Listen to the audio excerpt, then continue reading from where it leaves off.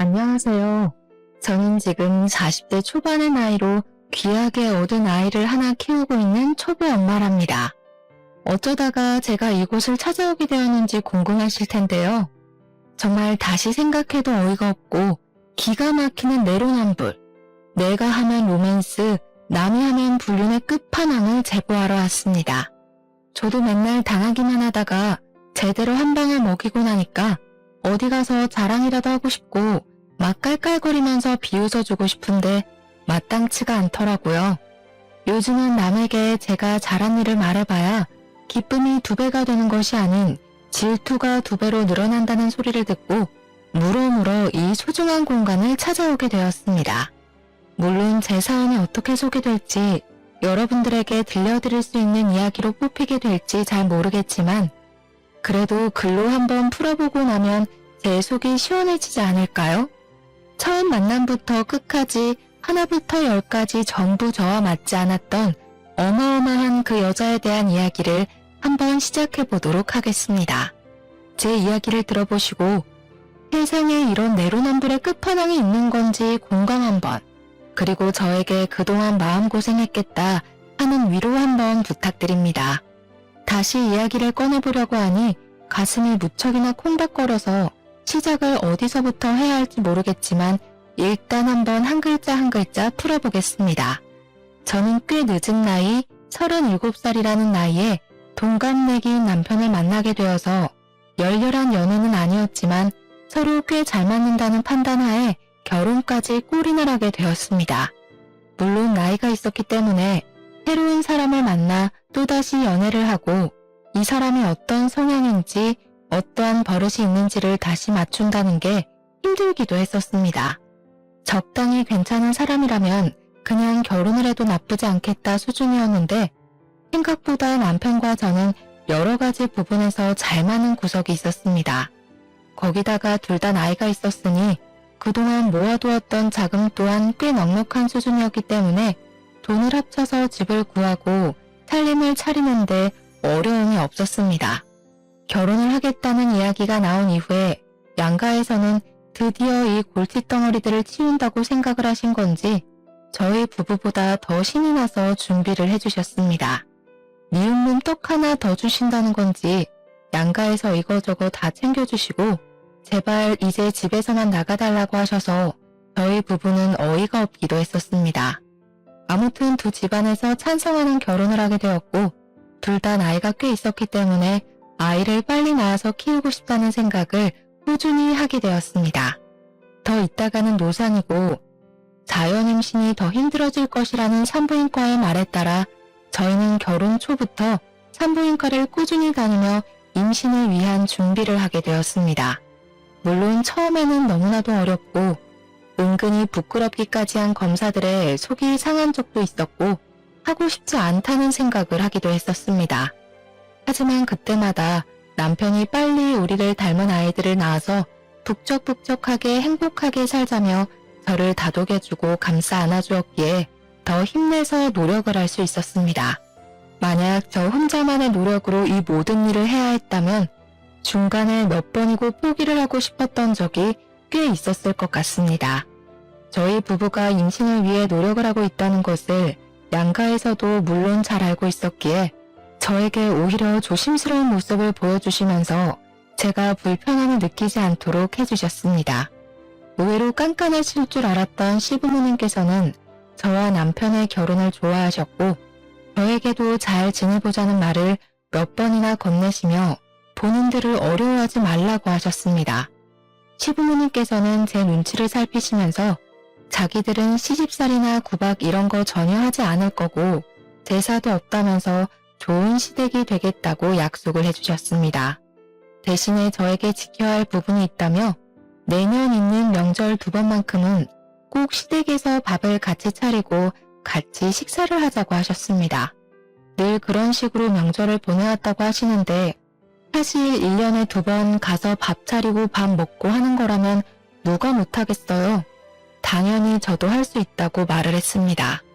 무슨 일이 있어도 명절은 시댁에서 보내기로 하고 결혼을 하게 된 것이었는데 결혼 후 첫 명절에 왜 시부모님께서 같이 밥 먹는 것을 그리 어려워하시며 말을 했는지 알게 되었습니다.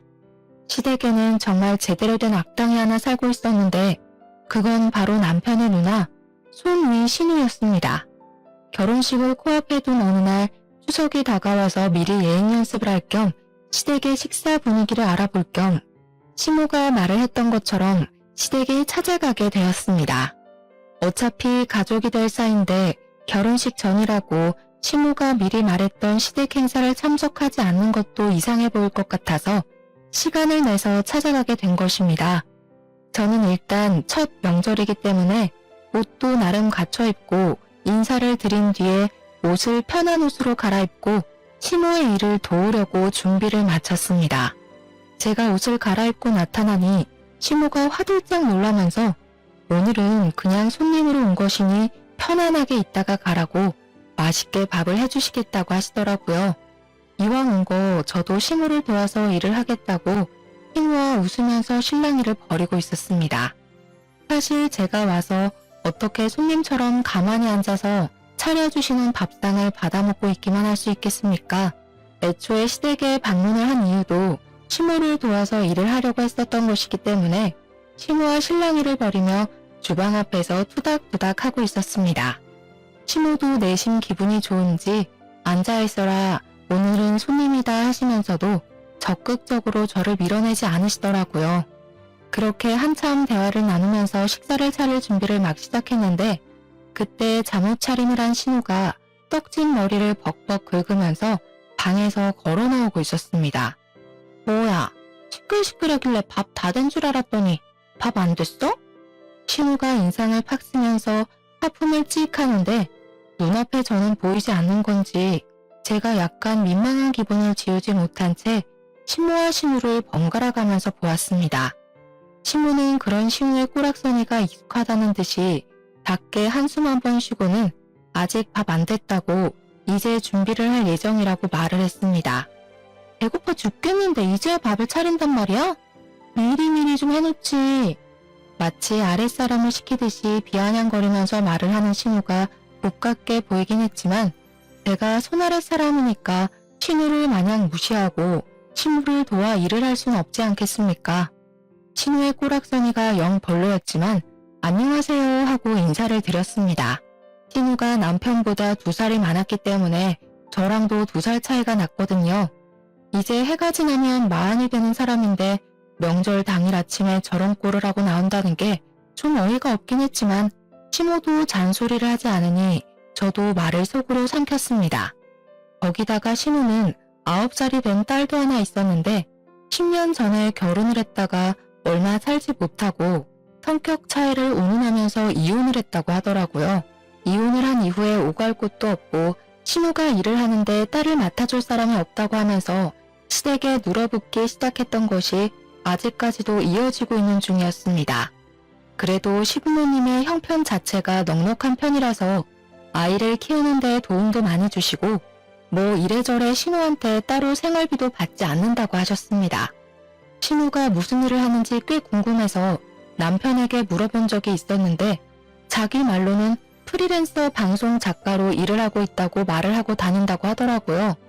하지만 오랜 시간 신우를 지켜본 남편의 말로는 일을 하는 모습을 거의 본 적이 없다면서 도대체 어떤 방송 작가로 일을 하고 있는지 궁금하다 했습니다.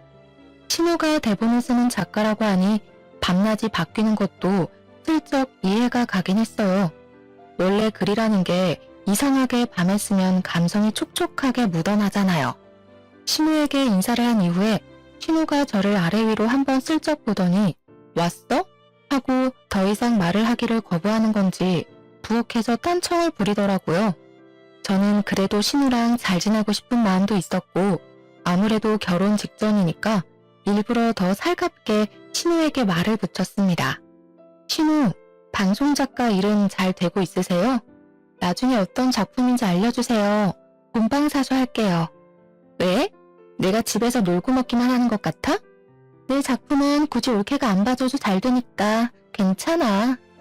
저는 그냥 인사치레로 물어본 말이었는데 신우가 너무 날선 반응을 하는 것 같아서 솔직히 조금 멈칫하기도 했습니다. 제가 순간 기가 죽어서 아무 소리도 하지 못하자 시모가 신우에게 잔소리를 하셨습니다. 그냥 가족이 될 아이가 궁금해서 물어본 거 가지고 날선 반응을 하고 있냐면서 우더른이면 우더른답게 행동을 해야 한다고 말입니다. 신우는 그 소리조차 듣기 싫었는지 신경질을 한번 부리더니 방 쪽으로 걸어가더라고요. 사실 제가 고등학교 시절부터 대학을 졸업할 때까지 문학 동아리에서 활동을 했었기 때문에 또 글밥이랑은 아주 인연이 깊은 사람이거든요. 저도 한때는 작가가 꿈이었을 정도로 글 쓰는 것을 좋아하기도 했고 글을 곧잘 써내려고 하던 사람이었기 때문에 신우의 직업이 친숙하기도 하고 부럽기도 했습니다.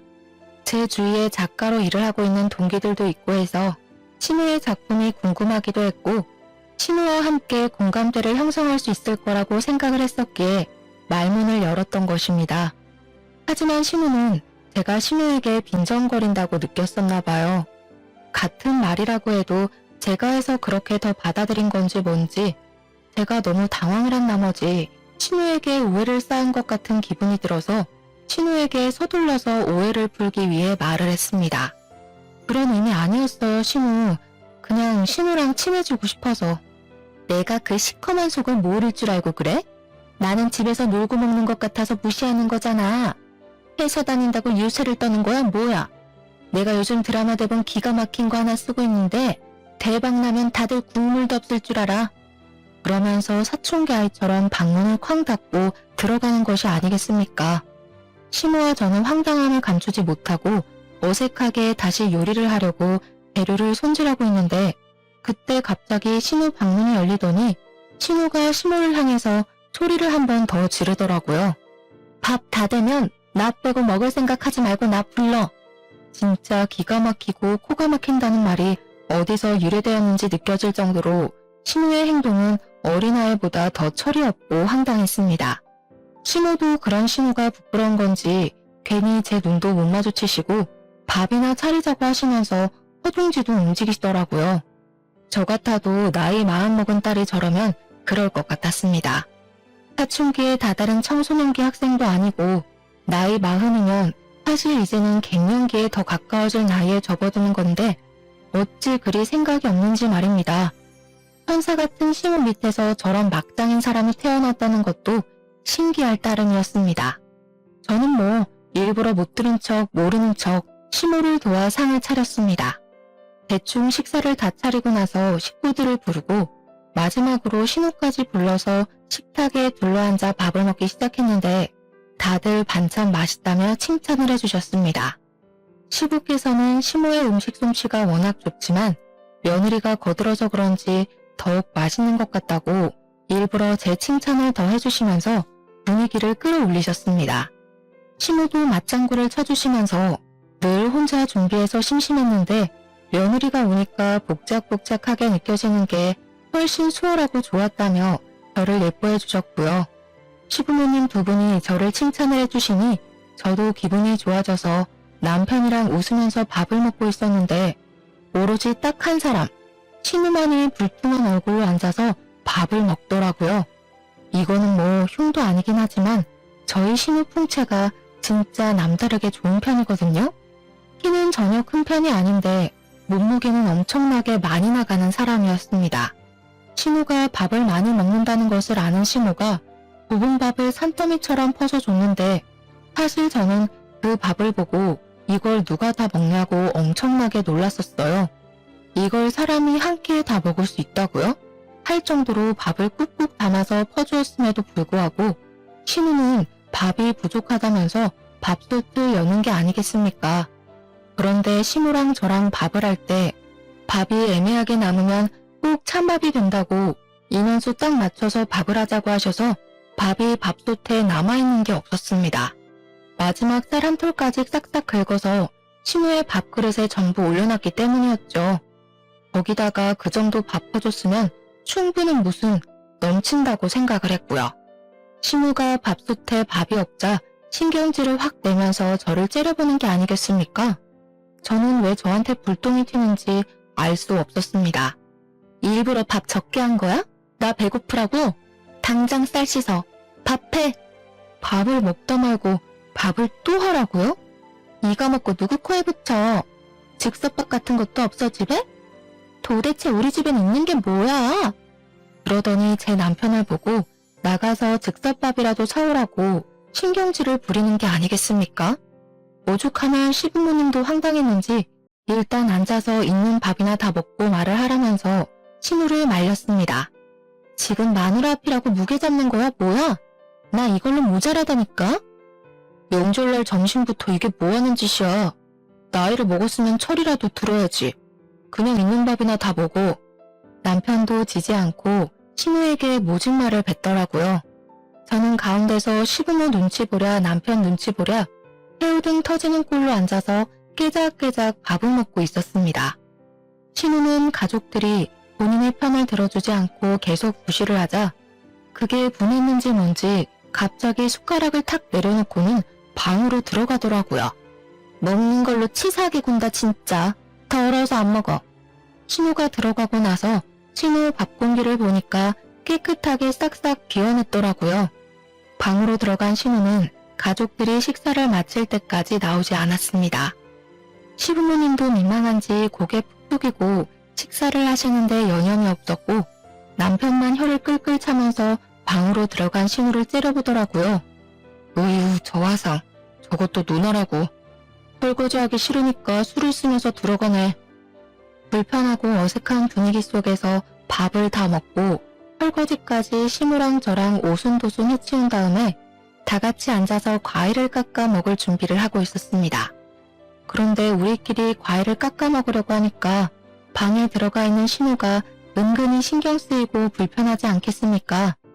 결국에는 제가 신우 방에 노크를 하고 같이 과일이나 먹자면서 신우를 불렀는데 신우가 불퉁한 표정으로 방문을 열더니 저에게 그러더라고요.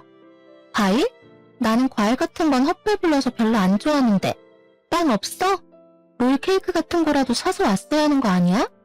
어떻게 된 게 내 동생이나 올케나 이렇게 센스가 하나도 없을 수가 있지?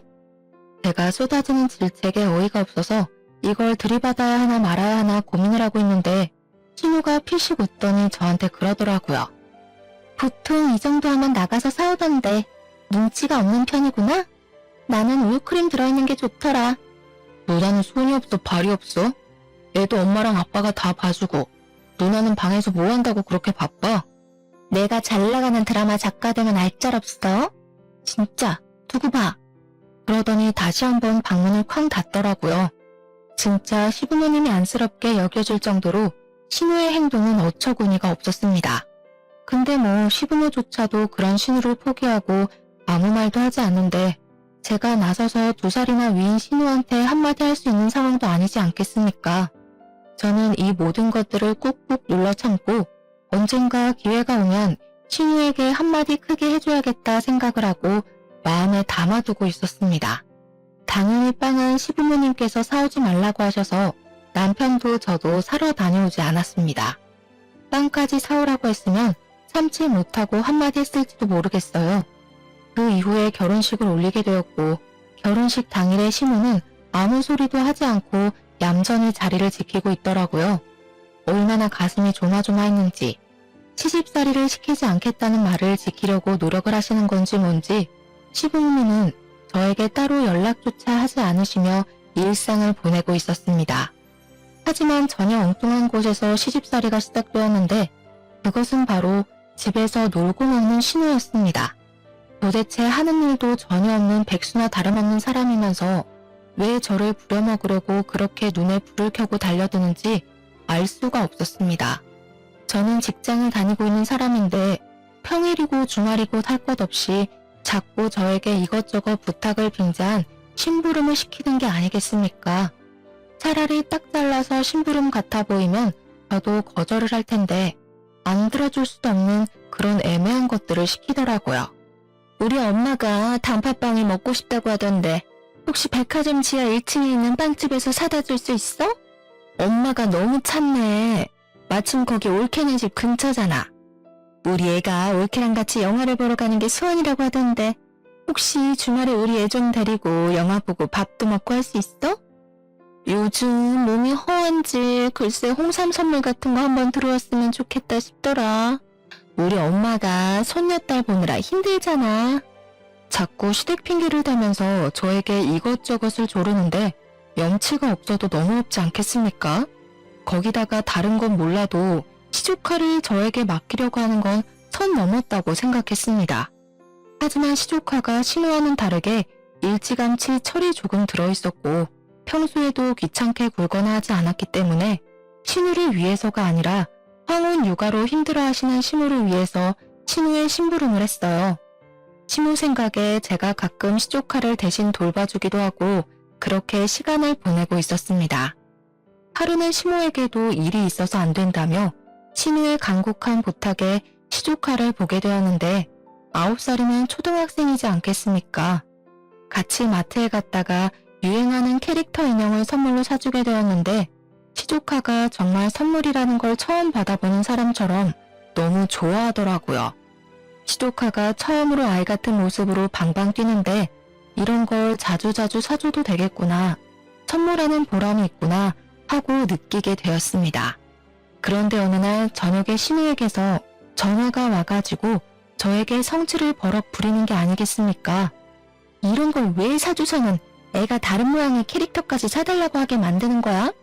그 많은 것들 중에서 덜렁 한 개만 사줄 거면 올케 때문에 우리 애가 인형 사달라고 조르고 난리가 났으니까 다른 인형까지 올케가 사줘. 신우, 하나씩 모으는 재미가 있어야죠. 신우가 좀 챙겨주세요. 요즘 애들은 저런 거 하나씩 다 가지고 논대요. 가끔 칭찬해줄 일 있을 때마다 하나씩 사주면 되잖아요. 내가 대기업에 다니는 뭐라니? 돈 있는 너네가 사다 주면 몰라도 내가 무슨 돈이 있어서 저 비싼 걸 하나하나 챙겨서 주냔 말이야. 내 옆에서 듣고 있던 남편이 씩씩거리면서 전화를 바꿔들고는 앞으로는 국물도 없을 줄 알라고 사줘도 이런 전화를 받아야 하는 거냐고 버럭했습니다. 그 뒤로는 신우의 행동은 아주 파격적으로 변하게 되었는데 제가 시댁에만 가면 저를 못 잡아먹어서 안달이 난 사람처럼 옆에 딱 붙어서 참견을 해댔습니다. 밥을 할 때도 제가 만든 반찬만 콕 골라집고는 맛이 없네, 간이 짜네, 이렇게 먹다가는 나트륨 중독에 걸리겠네 하면서 쓸데없는 트집을 잡기도 했고요. 남편이 결혼하고 운동을 열심히 해서 살이 조금 빠졌는데 제가 제대로 먹이질 않고 일만 시켜서 살이 빠진 것처럼 꾸며대며 이야기를 하더라고요. 하루는 시조카가 제가 새로 산 휴대폰을 보고 휴대폰을 구경해봐도 되냐고 묻길래 그러라고 했더니 가져가서 아무거나 막 눌러보더라고요. 처음에는 별 신경을 쓰지 않았는데 제가 회사 일 때문에 메신저 앱에 비밀번호를 걸어놓은 걸 그 비밀번호를 풀겠다고 아무 숫자나 막 눌러보는 겁니다. 박은 엄마, 왜 비밀번호가 걸려있어? 이거 풀어주면 안 돼요? 나도 친구들한테 메시지 보내고 싶은데. 하지만 제 메신저 앱에는 회사 보안 문제가 잔뜩 걸린 일들이 가득해서 안 된다고 시조카에게 딱 잘라서 이야기를 하게 되었습니다. 사실 메신저 앱 말고 그냥 일반 문자 메시지 써도 되는 일이기 때문에 시조카를 설득하려고 했는데 신우가 그걸 보더니 바로 시부모 앞에서 비아냥거리더라고요. 올케, 수상하게 왜 비밀번호를 걸어서 메신저를 못 쓰게 해? 혹시 바람이라도 피우는 거 아니야? 어디 한번 풀어봐. 우리 구경이나 하자. 바람 피우는 거면 어떡해. 아직 결혼한 지 1년도 안 됐는데. 알고 보니 전 남자친구들이랑 연락하고 지내는 거 아니야? 신우, 그게 무슨 소리예요. 저 그런 적 한 번도 없고 회사 보안 문제 때문에 어쩔 수 없이 걸어둔 거예요. 올케, 정색하는 거야 지금? 농담인데 뭘 그렇게 과하게 반응을 하고 그래. 농담이어도 할 말이 있고 하면 안 되는 말이 있죠. 시부모님도 다 계신데. 지금 올케가 나 가르치는 거야? 세상 오래 살고 볼 일이네. 아니 내가 궁금해서 물어보는 거잖아. 궁금해서. 혹시 바람이라도 피우고 있으면 우리 동생은 낙동강 오리알 되는 건데 안 그래? 그러게 왜 의심스럽게 메신저 앱만 비밀번호를 잠가놨냐 이거지. 회사 보안 문제 때문이라고 말씀드렸잖아요. 세상에 어느 회사가 이런 메신저로 일거리를 주고받아? 다 회사 이메일이나 그런 거 쓰는 거 아니야? 자꾸 숨기니까 더 의심되네. 어디 한번 까봐. 신우가 자꾸 말도 안 되는 트집을 잡으면서 요구를 하니까 한번 보여줄까 하는 생각이 들다가도 열이 받아서 보여주고 싶지 않더라고요. 저랑 신우랑 대치를 하고 있는데 분위기가 점점 험악해지니까 시부가 나서서 중재를 한다고 제 편을 들어주셨습니다. 막장 드라마 같은 것만 보고 있으니까 그런 식으로밖에 상상이 안 되지. 말 본세하고는 할 말이 없어서 그런 말을 농담이라고 해? 우리 가족 맞아? 나도 올케랑 친해지고 싶어서 그런 건데 왜 나만 가지고 그래? 그러면서 또 방으로 들어가 버리는 게 아니겠습니까? 진짜 제 앞에 있는 시조카보다 정신 연령이 어린 것 같아 보였습니다. 오죽하면 시조카가 저에게 외숙모 죄송하다면서 휴대폰을 돌려주더라고요. 괜찮다고 말을 하긴 했지만 시조카가 조금 안쓰러워 보이고 마음이 쓰였습니다.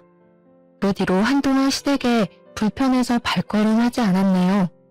사실 저희 부부는 결혼 초부터 산부인과를 다니면서 아이를 가지기 위해 노력을 많이 했었는데요. 병원에서 몇 차례 배란일에 시도를 해보라고 해서 배란일 체크도 하고 백방으로 노력을 했지만 아이가 잘 들어서지 않았어요. 그래서 결혼하고 1년이 지나면 시험관을 하기로 했었습니다.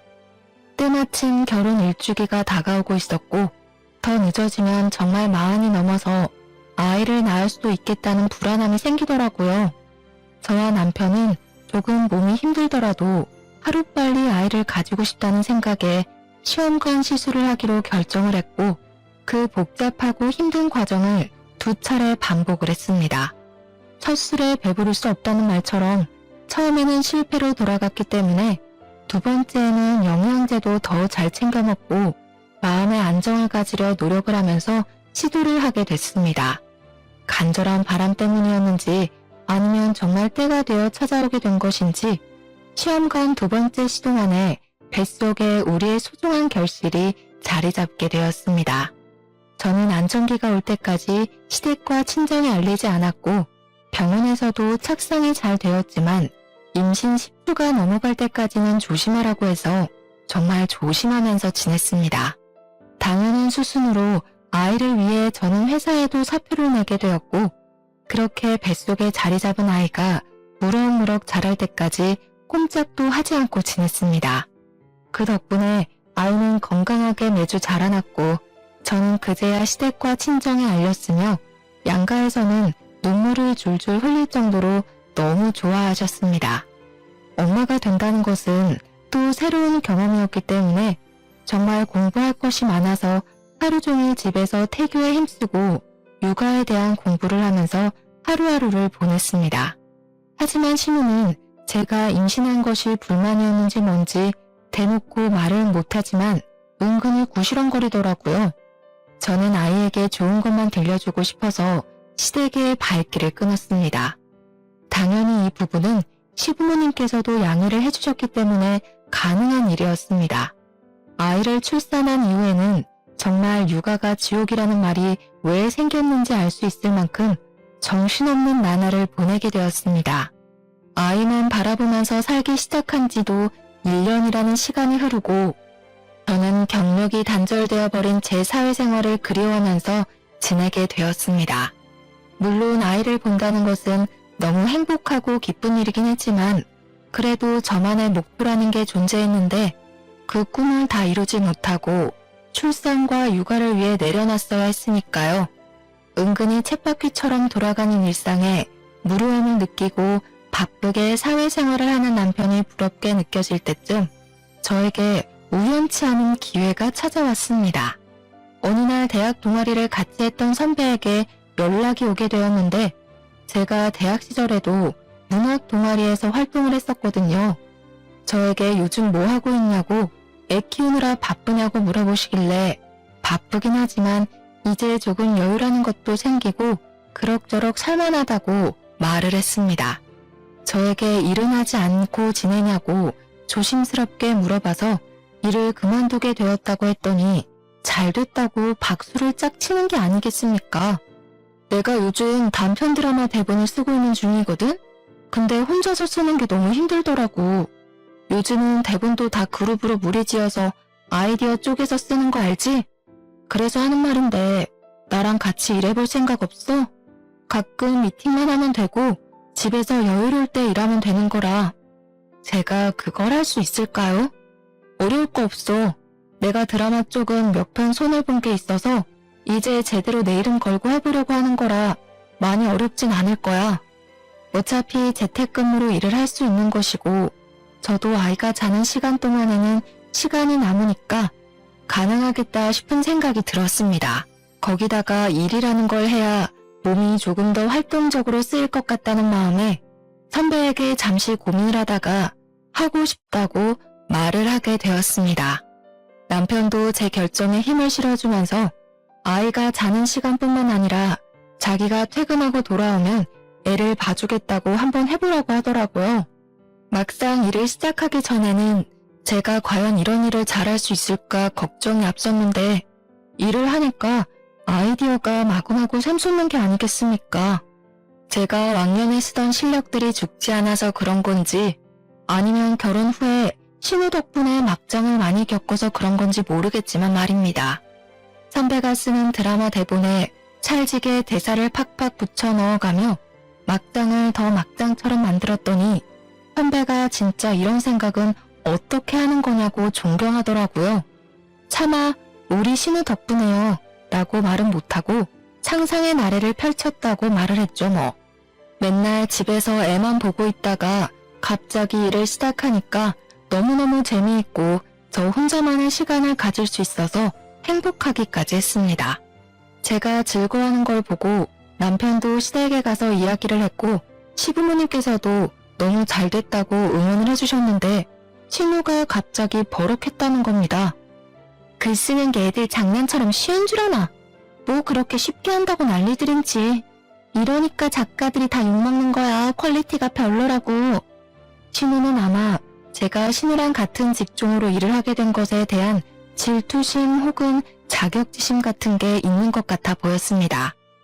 아무튼 제가 도운 선배의 대본이 대형 방송사랑 계약을 하게 되면서 선배가 신인 작가로 이름을 알리게 된 아주 좋은 기회가 되었습니다. 저한테 대사를 찰지게 써주어서 계약이 된 것 같다면서 명품 선물도 보내주고 남편도 저에게 작가님하고 부르면서 축하한다고 말을 해주었습니다. 시댁 친정에서도 드라마 계약 소식을 전해 듣고 대견하다고 해주었는데 유일하게 신우 한 명만 배알이 꼬여서 어쩔 줄 몰라 하더라고요. 이유야 뭐 뻔하지 않겠습니까? 자기도 방송 작가라고 말을 하고 다니는데 제대로 이름을 날린 게 한 편도 없으니까요. 옳게 이름으로 들어간 작품도 아닌데 작가님은 무슨.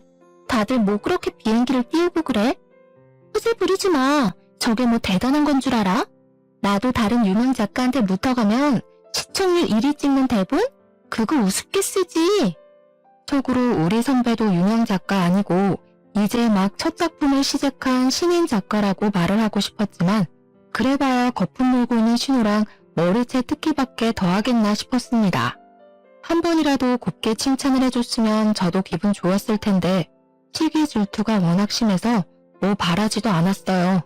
그렇게 1년 반이라는 시간이 더 지나고 드라마 첫 화가 반영되는 날을 기념해서 시댁에 다 같이 앉아서 TV를 보기로 했습니다. 솔직히 저는 그냥 대사만 거들었던 드라마였지만 시부 신우가 너무너무 재미있다면서 엄청나게 집중을 해서 드라마를 시청해 주시더라고요. 그런데 첫 화에서 남자 주인공이 불륜을 피우는 장면이 나오는데 그걸 보더니 신우가 콧방귀를 끼면서 시비를 걸고 넘어지는 게 아니겠습니까? 옳게 진짜 바람 피우는 거 아니야? 대본을 어떻게 저렇게 쓸 수 있지? 하루 이틀 해본 솜씨가 아닌 것 같은데? 그러면서 제 남편을 보면서 이렇게 이야기를 하더라고요. 동생아, 이 누나 말 잘 들어. 저런 경험이 없으면 대본도 쓸 수가 없는 거야. 예전에 올케가 휴대폰에 메신저도 숨기고 하던 거 기억하지? 올케가 남자 만나고 그러고 다니는 거 아니야?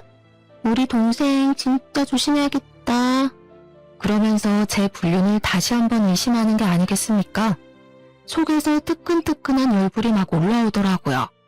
시댁 식구들 다 집중해서 드라마를 보고 좋은 분위기를 형성하고 있었는데 찬물을 끼얹어도 어떻게 이렇게 완벽한 타이밍에 확 던지는 건지 저도 참지 못하고 신우에게 결국 한 방을 던지기로 결심하고 입을 뗐습니다.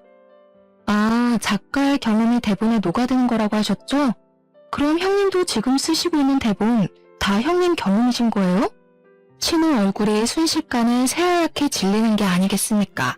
사실 지난 명절에 신우가 시켜서 시댁 구석구석 청소기를 돌리고 신우 방에도 청소기를 돌려주겠다고 들어간 적이 있었습니다. 그때 우연치 않게 켜져 있는 노트북을 발견했고 대본이 쭉쭉 써져 있는 걸 봤는데 저장을 해두지 않았더라고요. 혹시 제가 청소하다가 건드리기라도 할까봐 저장 버튼을 눌러주었습니다. 그러다가 정말 의도치 않게 신우가 쓴 대본을 몇 줄 읽게 되었는데 내용이 정말 저급한 산류소설이 따로 없다 싶을 정도로 구렸습니다. 읽어보니까 여자 주인공이 남편 몰래 바람을 피워서 이혼을 당하고 사는 이혼녀의 내용이었는데 이혼 후에 만난 여러 남자들에 대한 이야기를 시나리오 형식으로 써놨더라고요. 이 내용만 봐도 어떤 건지 딱 감이 오지 않겠습니까? 바로 신우가 일기처럼 본인 경험에 대해 줄줄 늘어놓은 것이구나 하는 생각이 들었습니다. 그래서 저는 드라마가 끝나기 무섭게 TV를 끄고 시부모님이 듣고 계신 자리에서 당당하게 다 말을 했습니다. 신우, 저 정말 궁금해서 그러는데 혹시 바람 피워서 이혼당하신 거예요? 예, 아니야. 그 썩을 사위놈이 바람을 피워서 이혼한 거야. 세상에 어떻게 지초를 두고 바람을 피우는 짓을 할 수가 있는지. 엥? 어머님, 잘못 알고 계신 것 같아요. 형님이 좀 전에 그랬잖아요. 작가는 경험에서 어우러진 내용을 쓴다고요. 제가 저번에 본 형님 대본에는 주인공이 딴 남자랑 바람 피워서 이혼당한 싱글맘에 대한 내용이던데요. 아, 그리고 제가 정말 몰라서 물어보는 거예요. 거기에 호프집에서 만난 키가 185cm인 남자에 대해 써져 있던데 신우가 혹시 이번 주에 외박하지 않았어요? 신우가 진짜 엄청나게 당황하더니 저에게 정신나간 년이라고 말을 하면서 악담을 퍼붓는 거냐고 절대 아니라고 시부모님 앞에서 고래고래 소리를 지르더라고요. 저는 일부러 신우 열받으라고 비아냥거리면서 이야기를 했습니다. 아, 아니면 말고요. 저도 농담이에요. 뭘 그렇게 발끈까지 하세요? 그냥 형님도 작가시니까 본인 경험이 대본에 적혀있진 않을까 확인차 물어본 건데 그렇게 화를 내시니 더 의심스럽네요? 제가 일부러 억지 웃음을 지으면서 말을 하는데 남편이 그 분위기에서 아주 조용히 입을 열었습니다. 사실 누나가 바람 피운 거 맞잖아. 엄마 아빠, 사실은 누나가 바람 피워서 이혼당한 거 맞아. 내가 몇 년 전에 누나 이름으로 온 이혼소송장 읽어봐서 알아. 누나가 잘못해서 이혼당한 거야. 그 순간 분위기가 싸해지더니 시모가 갑자기 머리를 부여잡고 목소리를 내시면서 주저앉으시고 시부는 신우한테 그게 사실이냐고 추궁을 시작하셨습니다. 신우가 처음에는 허옇게 질려서 아무 말도 못하더니 다 들켰다는 생각이 들었는지 조금은 뻔뻔할 정도로 순순히 맞는다고 대답을 했습니다. 그러니 시부가 부들부들 떨리는 몸을 하고서 신우에게 분노를 억누르고 말을 하시더라고요. 너 여태 거짓말한 거야? 어떻게 부모를 속여? 왜 애꿎은 사회 욕을 하게 만들어? 넌 네 딸 보기 부끄럽지도 않냐? 철이 없어도 어쩜 이렇게 철이 안 들어? 언제까지 부모가 네 그늘막이 되어줄 것 같냐? 너 안 되겠다. 이게 진짜 오냐오냐 해주니까 당장 이 집에서 나가. 네 딸 데리고 나가서 스스로 돈 벌어서 살아. 이제 스스로 알아서 살라는 말에 신우가 기겁을 하더니 그때부터 무릎을 꿇고 시부 다리를 붙잡고서는 한 번만 살려달라고 울고불고 하더라고요. 아빠 딸 쫓아내면 진짜 노숙자가 될지도 몰라. 진짜 한 번만 살려줘. 시부와 시모는 꿈쩍도 하지 않았는데 그 순간 방에서 자고 있는 시조카가 소란스러웠는지 깨서 나오더라고요. 시조카에게 다시 방으로 들어가라고 말을 하려는 순간 진짜 신우년이 답도 없는 소리를 한 건지 시조카가 멍한 얼굴로 신우에게 물어보더라고요. 엄마가 바람 피운 거야?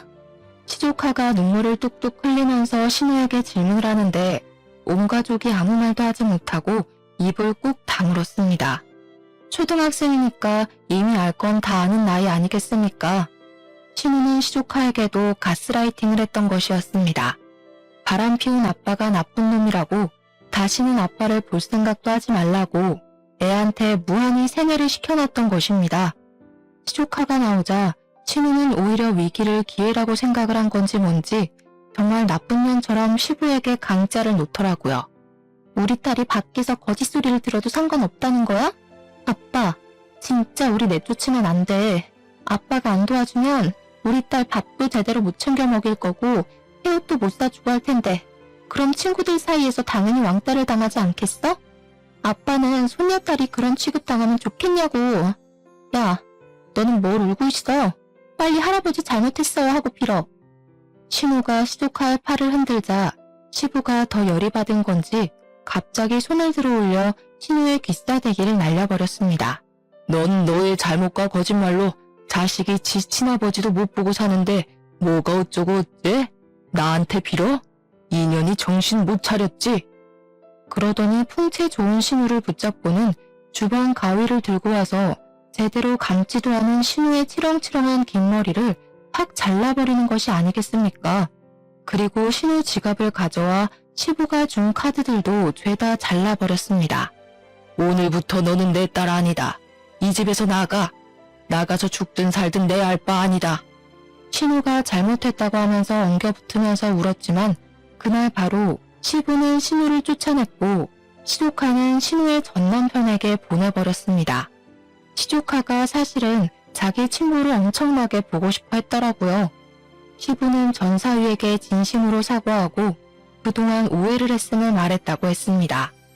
손녀가 아빠를 많이 보고 싶어 한다고 말을 전하니 신우 전남편이 다음날 바로 시댁에 찾아와서는 시조카를 데리고 갔다고 하더라고요. 순식간에 정리가 되어버린 시댁 덕분에 싹수 없는 신우는 이제 시댁에서 더 이상 볼 일이 없어졌고 시부모가 저희에게도 신신당부를 했습니다. 신우 이야기를 하지도 말고 신우 연락도 절대 받아주지 말라고요. 그렇게 6개월이라는 시간이 지났고 추석이 다가오게 되었습니다. 상을 차리기 위해서 신우와 함께 장을 보러 갔는데 어디로 갈까 하다가 평소에는 잘 가지 않는 창고형 대형마트에 가게 되었습니다. 그런데 거기서 아주 충격적인 장면을 목격했지 뭡니까? 바로 시식 코너에서 땀을 뻘뻘 흘려가면서 떡갈비를 굽고 있는 신우를 발견하게 된 것입니다. 신우가 멀뚱히 서서 신우를 바라보고 있는 저희를 보자마자 눈물을 글썽이면서 신우에게 엄마 하면서 울더라고요. 신우는 두 다리가 굳은 사람처럼 가만히 서 있길래 저는 어찌해야 할 바를 몰라서 눈치를 보고 있었는데 그 순간 신우가 차갑게 말을 뱉더라고요. 너도 이제 네가 스스로 돈 벌어서 살아야지. 떡갈비 열심히 굽고 팔아라. 저는 그래도 자기 배로 낳은 딸인데 단호하게 반응하는 시부모의 모습에 감탄을 하게 되었습니다. 저야 뭐 당연히 시댁에서 여전히 예쁨을 받으면서 잘 지내고 있고 선배의 다음 드라마 대본까지 함께 집필을 하게 되었습니다. 이번에는 제 이름까지 넣어주겠다고 했으니 조만간 드라마 대본 한 편에 제 이름이 올라가는 일도 생기지 않을까 싶습니다. 어쨌든 간에 스스로 나락에 가게 된 우리 신우가 문득 떠오르는 밤이라 일하다 말고 이렇게 찾아와 사연을 남기고 갑니다. 이래서 사람이 착하게 사는 게 중요하다고 하나 봐요. 여러분들도 남에게 상처 주는 말은 멈추시고 나 자신을 사랑하며 살길 바라겠습니다. 감사합니다.